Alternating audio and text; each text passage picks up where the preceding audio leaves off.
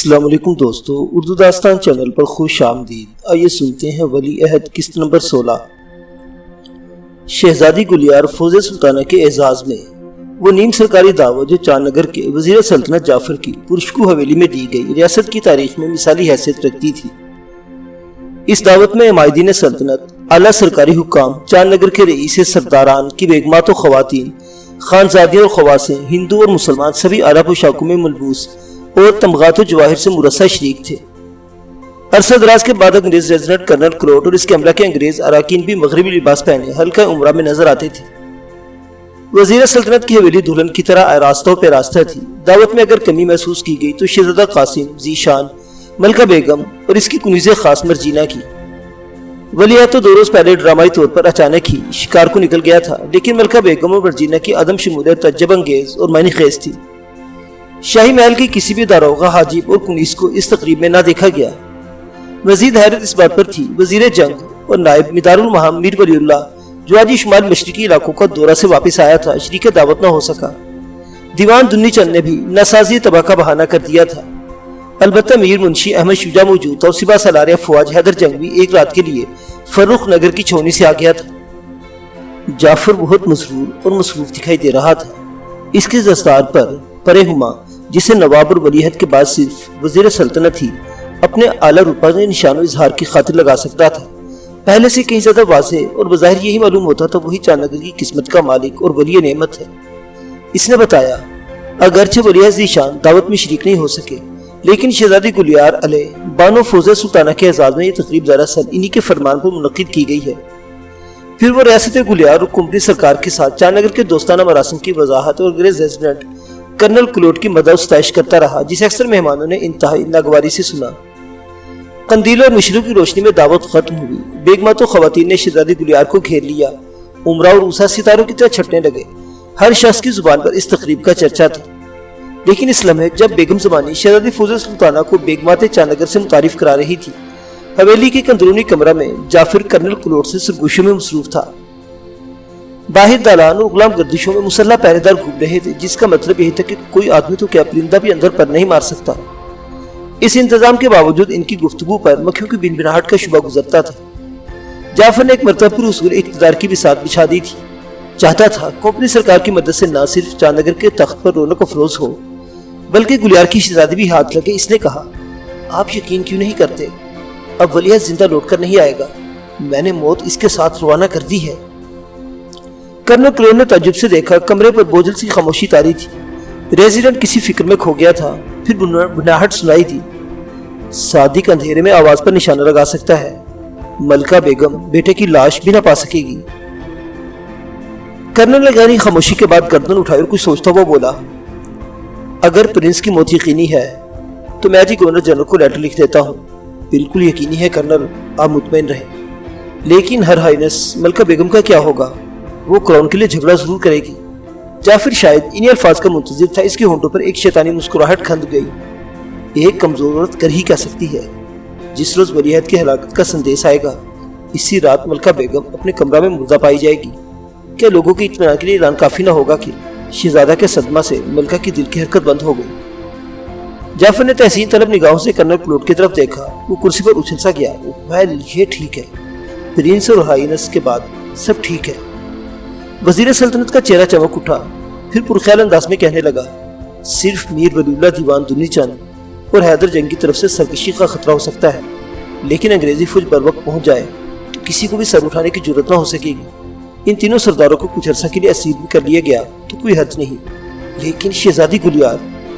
Colonel culvert نے عجیب اضطراب و پریشانی کے ساتھ اپنے دونوں ہاتھ لہرا دیے، سر کو نفی میں جنبش دی۔ نو نو نو نو مسٹر جعفر، ابھی پرنسس کی بات رہنے دو۔ جعفر کے چہرے پر مایوسی کی لہر تھر تھرائی۔ مگر یہ بات تو پہلے ہی طے ہو گئی تھی، اب اس میں تبدیلی کیوں؟ انگریز شاطر چند لمحے خاموش رہا، پھر اس نے بتایا کہ کمپنی سرکار جعفر کو اقتدار دلانے میں مدد کرے گی، لیکن فی الحال شہزادی گلیار کو اس شادی پر آمادہ نہیں کر سکتی۔ اس مقصد کے لیے اسے انگلش گورنمنٹ کے ساتھ وفاداری اور نیازمندی کا ثبوت دینا ہوگا۔ ایسے گلیار اپنی بیٹی کو کسی ایسے انسان سے وابستہ نہیں کر سکتے جس کی وفاداری مشکوک ہو۔ جعفر حیرت و تعجب سے سنتا رہا۔ کرنل کلوٹ نے وضاحت کر دی، بلکہ ایک مرتبہ کمپنی سرکار کے مفاد کو نقصان پہنچا چکا ہے، بے شک اس نے پشیمانی کا اظہار کیا اور ایک بار پھر کمپنی سے مدد طلب کی ہے، لیکن دوستی اور نیازمندی کا ثبوت صرف باتوں اور وعدوں سے نہیں بلکہ عمل سے دیا جاتا ہے۔ اگر جعفر اس امر کا یقین دلاتا ہے کہ چاند نگر کے ولی عہد اور اس کے بعد تاج و تخت کی دعوے دار ملکہ بیگم کو بھی ٹھکانے لگانے کی کوشش میں کامیاب ہو جائے گا تو کمپنی سرکار چند شرائط پر اسے چاند نگر کا نواب تسلیم کر لے گی اور اس کی حکومت کا قیام و استحکام میں فوجی امداد کرے گی۔ اول، جعفر گورنر جنرل کے نام اس مضمون کی درخواست لکھی کہ ریاست میں قیام امن کے لیے انگریزی فوج کا داخلہ ناگزیر ہو چکا ہے، اس لیے انگریزی فوج بہت جلد روانہ کی جائے گی۔ دوم، انگریزی فوج ریاست میں مناسب کارروائی کی مجاز ہوگی۔ سوم، اس کے تمام مصارف چاند نگر کی شاہی خزانہ سے ادا کیے جائیں گے۔ چہارم، ریاست کے مفاد بیرونی حملوں سے تحفظ اور امن کی قیام کی خاطر انگریزی فوج کا قیام چونکہ دیر پا ہوگا، اس لیے ان خدمات کی عوض چاند نگر کے جنوب مغربی 2 اضلاع کمپنی سرکار کی تحویل میں دیے جائیں گے، جن کے نظم و نسق کا کمپنی کو اختیار ہوگا۔ پنجم، شورش و بدامنی کی صورت میں انگریزی فوج کو مداخلت کا کلی اختیار ہوگا۔ ششم، نئی حکومت جس کا سربراہ جعفر ہوگا سرکاری انگلیشہ کے ساتھ ہمیشہ دوستانہ مراسم رکھے گی اور اس میں وزیر سلطنت، دیوان اور وزیر جنگ کے عہدوں پر ایسے لوگ فائز کیے جائیں گے جو انگریز کے دوست اور ریزیڈنٹ کے پسندیدہ ہوں گے۔ ہفتم، چاند نگر کی ریاست میں کسی فرانسیسی اور پرتگیزی کو ملازم نہ رکھا جائے گا بلکہ انگریزوں کے علاوہ دیگر یورشین کو نکال دیا جائے گا۔ ہشتم، انگریزی سامان تجارت کو ریاستی ٹیکس اور محصول چنگی سے مستثنی کیا جائے گا۔ نہم، دیسی فوج چونکہ ناکارہ اور نااہل ہے اس لیے اسے بتدریج فارغ الخدمت کیا جائے گا اور اس کی جگہ انگریزی فوج جو مستعد، فرض شناس اور ریاست کی خیرخواہ ہے ملازم رکھی جائے گی۔ تاہم جعفر تخت و تاج کے حصول کے عوض 25 لاکھ روپیہ نقد کمپنی سرکار کو اور 5 لاکھ روپے نقد ریزیڈنٹ کو فی الفور ادا کرے گا۔ تخت و تاج کی کشش کچھ ایسی ہی تھی کہ جعفر کو ان شرائط سے انکار کی ضرورت نہ ہو سکی اور اس نے کرنل پلوٹ کی شرطیں تسلیم کر لی، بلکہ کمپنی سرکار کی سرپرستی کو اپنے لیے خدمت قرار دیا اور نعمت کہا۔ اگر اس رات تو صرف اس بات پر کہ انگریزی فوج ریاست میں جعفر کی اجازت کے بغیر کوئی کارروائی نہ کر پائے جسے ریزیڈنٹ نے منظور کر لیا، پھر معاہدہ ہوا اور فریقین نے مہرے اور دستخط ثبت کر دیے۔ جعفر کی تخت نشینی اور تاجپوشی کی تاریخ وہی مقرر ہوئی جس تاریخ کو ولی عہد قاسم کے جلوس کا جشن منعقد ہونے والا تھا۔ بساط وہی تھی، صرف مہرے تبدیل ہو رہے تھے۔ اس خوشی میں کرنل پلوٹ نے جعفر سے وزیر سلطنت کی حیثیت میں انگریزی تجارت کے محصول کے بغیر ریاست میں داخلے کا حکم نامہ بھی حاصل کر لیا، جسے چند ماہ بعد ولی عہد کے حکم سے روک لیا گیا تھا۔ لیجئے، انگریز کی سازش ایک نیا رخ اختیار کرتی ہے اور غدار جعفر جسے ملکہ بیگم کے حضور وفاداری کی قسمیں کھائی تھی، فقدان تدبر کے باعث بھی ٹھوکر کھاتا ہے، ہلاکت و تباہی کے دام بچھاتا ہے، تخت و تاج کی ہرس انگڑائیاں لیتی ہے، حسن کا جادو عقل و ہوش پر ضرب لگاتا ہے۔ جعفر کی روح معنوی یکسر تبدیل ہو چکی ہے۔ وہ جعفر بنگال اور صادق دکن کا ہم صغیر اور ان کی سلطنت کی طرف قدم بڑھاتا اور کمپنی سرکار کی زیر سایہ ایک ایسی مملکت کا فرمان تیار کرتا ہے جس میں ذلت و خواری، ہلاکت و بربادی اور نفرین و سرزش کے سوا کچھ نہیں۔ کرنل پلوٹ خوش ہے کہ اس نے چاند نگر کی بساط سیاست پر شہزادی گلیار کو جن کا مہرہ آگے بڑھایا تھا اور اس نے حکومت کے فرزین کو پیٹ دیا ہے، اور وہ ریاست جو میجر ونڈسر کی تلوار سے بھی سر نہ ہو سکی تھی ایک حسین تدبیر سے خود بخود کمپنی سرکار کے پاؤں میں گرنے والی ہے۔ اس نے اسی رات کلکتہ کی طرف ڈاک روانہ کر دی۔ تیسرے روز شہزادہ قاسم، بختیار مرزا اور بھیل سردار منصور کاکا گھوڑوں پر سوار پھر جنگل میں نظر آئے، مگر آج وہ رات کے اندھیرے کے بجائے دن کے اجالے میں سفر کر رہے تھے۔ بختیار مرزا اور منصور کاکا کے زخم ایک سریع الاثر مرہم سے مندمل ہو چکے اور وہ بآسانی سفر کر سکتے تھے۔ حادثے کے دوسرے دن بختیار نے ولی عہد کو مشورہ دیا تھا کہ وہ فوراً دارالحکومت کا رخ کرے کیونکہ جنگل میں آئے کافی دن ہو چکے تھے، مگر قاسم نے اس مشورے پر توجہ ہی نہ دی۔ بختیار نے اسے بتایا کہ صبح و شام ہرنوں کا گوشت کھا کھا کر، راتوں کو گیدڑوں کی ہوا سن سن کر اور موٹے موٹے جنگلی مچھروں سے برسرے پیکار رہ کر اس کی صحت بگڑتی جا رہی ہے، اور اگر چند روز یہی حال رہا تو وہ بھی ہرنوں کی طرح چوکڑیاں بھرنا، گیدڑوں کے ساتھ مل کر ہوا کرنا اور مچھروں کی لے میں گیت گانا شروع کر دے گا۔ اس میں مناسب یہی ہے کہ اس کی جنس تبدیل ہونے سے پہلے ہی پڑاؤ اٹھا لیا جائے۔ لیکن ولی عہد تو خانہ بدوش حسینہ پر کچھ ایسا فریفتہ ہوا تھا کہ پرسوں کے خطرناک تصادم کے باوجود شہزادی کی ملاقات پر مصر تھا۔ کہنے لگا، کیا تم اس چیخ کو بھول گئے جو پرسوں رات تلاؤ کی پرلی سمت گونجی تھی؟ اس شہزادی کے علاوہ اور کسی کی آواز نہ تھی۔ میرا خیال ہے کہ کاشو نے شہزادی پر اپنا رعب اور خوف مسلط کرنے کے لیے سردار جگو کو حالات سے خبردار کر دیا ہوگا، اور ممکن ہے اس کے بہکاوے میں آ کر سردار نے شہزادی کو بھی قید کر دیا ہو۔ تو آپ اسے رہا کرانے کا ارادہ رکھتے ہیں؟ میں معلوم کرنا چاہتا ہوں شہزادی پر کیا بیتی۔ خانہ بدوش قید چھوڑ کر اسے قتل بھی کر دیں، مگر آپ کیا کر سکتے ہیں؟ اول تو ان کو ڈیرے تک پہنچنا محال ہے، اگر کسی ہیلے پہنچ ہی گئے تو شہزادی کے بجائے سب سے پہلے خانہ بدوشوں سے ملاقات ہوگی اور وہی مزاج پرسی کریں گے۔ بنجاروں سے ڈرتے ہو؟ شہزادہ علی، اس جنگل میں انہی کا قانون چلتا ہے۔ وہ لوگ کسی حکومت کے ماتحت اور کسی قانون کے پابند نہیں، جسے چاہے قید کر لے، جسے چاہے مار دے، باز پوس کرنے والا کون ہے؟ قاسم کے چہرے پر فکر و تشویش کی پرچھائیاں کانپنے لگی۔ بختیار نے ٹھیک ہی کہا تھا، ان علاقوں میں جنگل ہی کا قانون راج تھا، وہی زبردست اور کمزور کی کشمکش جو ازل سے جاری ہے اور اب تک رہے گی، جس میں ہمیشہ زبردست کی جیت اور کمزور کی ہار ہوتی ہے، جہاں کمزور و ضعیف ہونا بجائے خود ایک جرم ہے جسے طاقتور کبھی معاف نہیں کرتا۔ یہی جنگل کا قانون ہے۔ ریاست چاند نگر کی حدود 18-20 میل پرے ختم ہو جاتی تھی، اور یہ قبائلی علاقہ جہاں ظالم و جابر رانا، ٹھاکر، غیر مہذب اور وحشی خانہ بدوش اور جنگل کے خونخوار درندے مساوی طاقت کے اصول پر رہتے تھے، صدیوں سے آزاد و خود مختار تھا۔ اگرچہ سرحدی قبائل پر بھی بالادستی ہمیشہ چاند نگر کے حکمرانوں کو حاصل رہی، لیکن جہاں کے باشندے ریاستی قوانین کے پابند نہ تھے، نہ کبھی ان کا کوئی مقدمہ دار حکومت تک آیا۔ وہ لوگ درندوں سے کم وحشی اور خطرناک نہ تھے۔ چند لمحے سوچ بچار کے بعد شہزادہ نے گردن اٹھائی اور فیصلہ کن لہجے میں بولا، کچھ بھی ہو، شہزادی کا حال دریافت کرنا ضروری ہے۔ اگر ہم اس سے ملے بغیر چلے گئے تو میں بزدل اور بے وفا سمجھے گی۔ سبحان اللہ، آپ نے تو 2-1 راتوں میں عشق کی کتنی منزلیں طے کر ڈالی۔ شہزادہ مسکرا کر بولا، چمکی بھی تمہارا انتظار کر رہی ہوگی، ہو سکتا ہے اسی کے ذریعے شہزادی تک رسائی ہو۔ معاف فرمائیے حضرت سلامت، میں ان خاندانی عاشقوں میں سے نہیں جو شوق دیدار میں گردن کٹا دیتے ہیں۔ تو پھر ہم اکیلے ہی جائیں گے، تم آرام کرو اور چاہو تو چاند نگر روانہ ہو جاؤ۔ لیکن یہ کیسے ممکن تھا؟ ولی عہد ذیشان کسی خطرناک مہم پر روانہ ہو اور بختیار مرزا پیچھے رہ جائے، اس نے بہت سرمارا مصیبت کا پیالہ ٹل جائے گا۔ مگر جب دیکھا کہ ولی عہد اپنی ضد پر قائم اور خانہ بدوش سینہ سے ملنے پر تلا ہوا ہے تو مرتا کیا نہ کرتا کہ مصداق ہمراہ چل پڑا۔ خانہ بدوشوں کے ڈیرے تک پہنچنے کے لیے شہزادہ نے جو تجویز سوچی تھی، وہ چاند نگر کے بھیل سردار حیدری کی تلاش کرتے ہوئے ادھر آ نکلے ہیں۔ ازر معقول تو اسی بہانے تجاسم سے بچ سکتے تھے۔ جبھی بھیل جوان منصور کاکا بھی ان کے ساتھ تھا۔ وہ بغولوں کی مانند خیمگاہ سے نکلے درختوں کے درمیان ہوا کی طرح گزرتے چشمہ پر آ پہنچے جو جنگل کے بیچوں بیچ بہتا تھا۔ ان کا خیال تھا کہ چشمہ پر ہی روک لیے جائیں گے، کیونکہ وہیں سے خانہ بدوشوں کی سرحد شروع ہوتی تھی۔ مگر خلاف توقع بے روک ٹوک بانسوں کے جھنڈ کی طرف بڑھتے چلے گئے، جس کے پرلی طرف بنجاروں کی آبادی تھی۔ بختیار مرزا کی چھٹی حص آج بھی بیدار تھی۔ وہ جانتا تھا خانہ بدوش افریقہ کے وحشی قبائلوں سے کم خطرناک ہرگز نہیں، جو موت کی طرح نہایت خاموشی سے آدمیوں کو چاروں طرف سے گھیر لیتے اور ان کے فرار کی سب راہیں مسدود کر دیتے ہیں۔ کیا عجب وہ اس وقت جھاڑیوں میں چھپے مناسب فاصلہ سے ان کی نگرانی کر رہے ہوں، لیکن بانسوں کا جھنڈ پار کر لینے کے باوجود انہیں کوئی متنفس دکھائی نہ دے سکا۔ جنگل بھائیں بھائیں سائنسیں کر رہا تھا، ہر طرف بھیانک پر اسرار خاموشی مسلط تھی جو قلب و روح پر ہول طاری کر رہی تھی۔ صرف تلاؤ کی سمت جہاں جنگلی سوسن اور کوکنار کے پودے دور تک چلے گئے تھے اور بگلے، سارس اور آبی پرندے پانی میں ڈبکے لگاتے چڑیوں اور بیووں کا چہکار سنائی دیتی تھی۔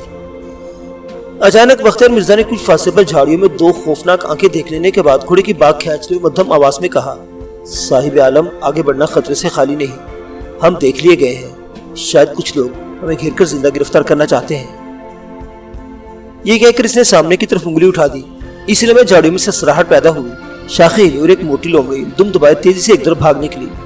شہزادہ نے مسکرا کر دیکھا، بختیار مرزا کیا اب لومڑیوں سے ڈرنے لگے؟ اور گھوڑے کو ایڑ لگا دی، وہ پھر چل دیے۔ منصور کاکا چند قدم پیچھے چلا آتا تھا۔ دور درختوں اور شاخوں کے درمیان خلا سے کسی آبادی کے آثار نظر آنے لگے۔ چھتری دار درختوں پر کہیں کہیں ہانڈیاں سے لٹکتی دکھائی دے رہی تھی۔ پھر ان کے درمیان ایک سرسبز پہاڑی ٹیلہ حائل ہو گیا، جس پر جنگلی بیریوں اور ککروندے کی جھاڑیوں کی سبز چادر بچھی ہوئی تھی۔ ایک چھوٹا سا برساتی نالا عبور کر کے انہوں نے گھوڑا کا رخ ٹیلے کی طرف موڑ دیا۔ شہزادہ قاسم اس ٹیلے کی بلندی سے خانہ بدوشوں کی قبائلی زندگی کا نظارہ کرنا چاہتا تھا۔ ظاہر ہے یہ خواہش خطرناک تھی، مگر وہ اس وقت تک نہیں دیکھے گئے تھے تو بلندی پر پہنچ کر یقیناً خانہ بدوشوں کی نظروں میں آ جائیں گے۔ یہ بھی ممکن تھا وہ سنسناتے ہوئے تیروں سے ان کا خیر مقدم کرے، لیکن شہزادہ ہر خطرے کا مقابلہ کرنے پر تیار تھا، جو ہو سو ہو۔ گھوڑے اپنی سوم مارتے، جھاڑیوں کو پھلانگتے اور کنوتیاں بدلتے چوٹی پر جا پہنچے۔ کوہستانی ٹیلہ جو اونٹ کی کوہان کی طرح شرکن غربن ابھرا ہوا تھا، کم و بیش 50 فٹ اونچا تھا اور اس کی بلندی دور تک جنگل کا منظر دیکھا جا سکتا تھا۔ چوٹی پر پہنچتے ہوئے ٹھٹک کر رہ گئے۔ سامنے نشے میں کھلا میدان نظر آیا، جس میں کہیں کہیں سایہ دار درخت ایستادہ تھے۔ اس کے ارد گرد کچی دیوار گرا کر پویندے خاک کر دی گئی تھی اور دیوار کی بجائے جگہ جگہ مٹی کی ڈھیریاں پڑی تھی۔ خس و خاشاک اور خشت و چوب کے جھونپڑے جنہیں گھوڑوں اور خچروں پر لادا نہ جا سکتا تھا جگہ جگہ زمین پر اونٹے پڑے تھے۔ کئی کئی جھونپڑیوں کے نشانات باقی تھے، جس کا مطلب یہ تھا کہ انہیں جو کا تو اٹھا لیا گیا تھا۔ ہر طرف ویرانی اور وحشت برس رہی تھی۔ جگہ جگہ چولہوں کی راکھ، ادجلی لکڑیاں، کوئلے، مٹی کے ٹوٹے پھوٹے برتن، ٹھیکرے، کنکر، روڑے، پھٹے پرانے چیتڑے، گھوڑوں خچروں کی لید، بھیڑ بکریوں کی مینگنیاں، گرد و غبار، نرسل کے تیلے اور سرکنڈے بکھرے تھے۔ خانہ بدوش راتوں رات اپنا پڑاؤ اٹھا کر کسی نامعلوم منزل کی جانب روانہ ہو چکے تھے، اور وہ میدان جو کئی سال تک ان کی اقامت گاہ رہا، اس وقت ایک تباہ لوٹی پوٹی ویران بستی کا منظر پیش کر رہا تھا، جہاں قبائلی زندگی کے صرف نقوشے پا ہی باقی رہ گئے تھے۔ قاسم نے بسد حیرت و حسرت سجڑے ہوئے ویران اور سنسان ڈیرے پر نظر دوڑائی، ٹوٹے ہوئے دل اور شکستہ لہجے میں بولا، یہاں تو خاک اڑ رہی ہے۔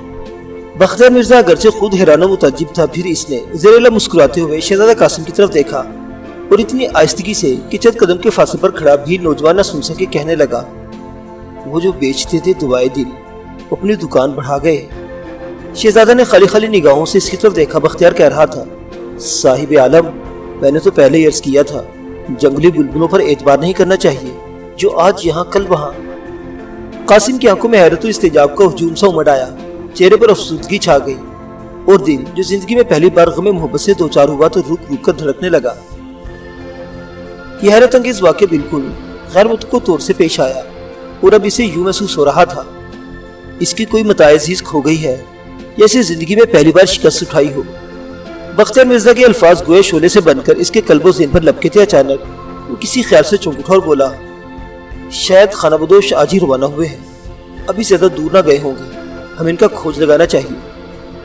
بختیار مرزا شہزادہ کی بے تابی اور بے قراری دیکھ کر نقش حیرت بن گیا، کہنے لگا، کیا قیس کی طرح اب دشت نوردی کا بھی ارادہ ہے؟ شاید تھوڑی سی کوشش سے ہم ان کا سراغ پا جائیں، فائدہ کیا ہوگا، شہزادی کو ایک نظر دیکھ لیں گے۔ بختیار مرزا کے قلب و ذہن سے گزرنے والی آندھوں کا شور سن رہا تھا۔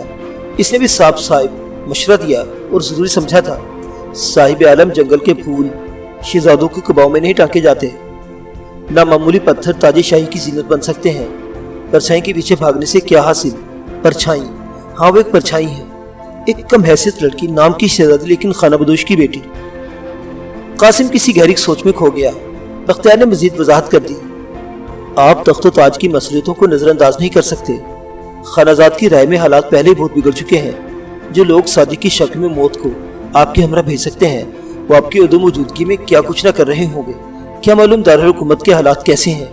جعفر قابل اعتبار آدمی نہیں، اگر اس نے ریزیڈنٹ کے ساتھ مل کر کسی نئی بغاوت کی تیاریاں کر لی تو ہماری آزادی خطرے میں پڑ جائے گی۔ میری مانیے اور اس وحشت عشق کو چھوڑ کر چار نگر کی خبر لیجیے۔ آپ کی سالگرہ اور جلوس حکومت میں فقط 4 روز باقی ہیں۔ ان ایام میں آپ کو دارالحکومت میں ہونا چاہیے۔ ولی عہد چپ چاپ سنتا رہا۔ بختیار ٹھیک ہی کہہ رہا تھا، اسے تو اسی صبح چار نگر لوٹ جانا چاہیے تھا جس رات غدار صادق نے سرا پردہ میں خنجر زنی کی تھی، لیکن اس واقعے پر پورے 5 روز گزر چکے، اور اس دوران شہزادہ عشق کا آزار لے بیٹھا تھا۔ اس نے خانہ بدوش کے اجڑے پجڑے اور خرابہ پر حسرت آفرین پر نظر ڈالی، پھر نہایت خاموشی سے گھوڑے کی باغ موڑ لی۔ بختیار اور منصور بھی اس کے پیچھے پیچھے ہو لیے۔ جنگل پر وہی محیط اور بھیانک سناٹا طاری تھا، اور دور گھری جھاڑیوں میں کسی لومڑے گدڑ کی خوفزدہ آنکھیں انہیں واپس جاتے دیکھ رہی تھی۔ معزز سامعین حضرات، خانہ بدوش ولی عہد کی یہ داستان ابھی جاری ہے۔ باقی واقعات اگلی قسط میں دیکھتے رہیے اردو داستان۔ اللہ حافظ۔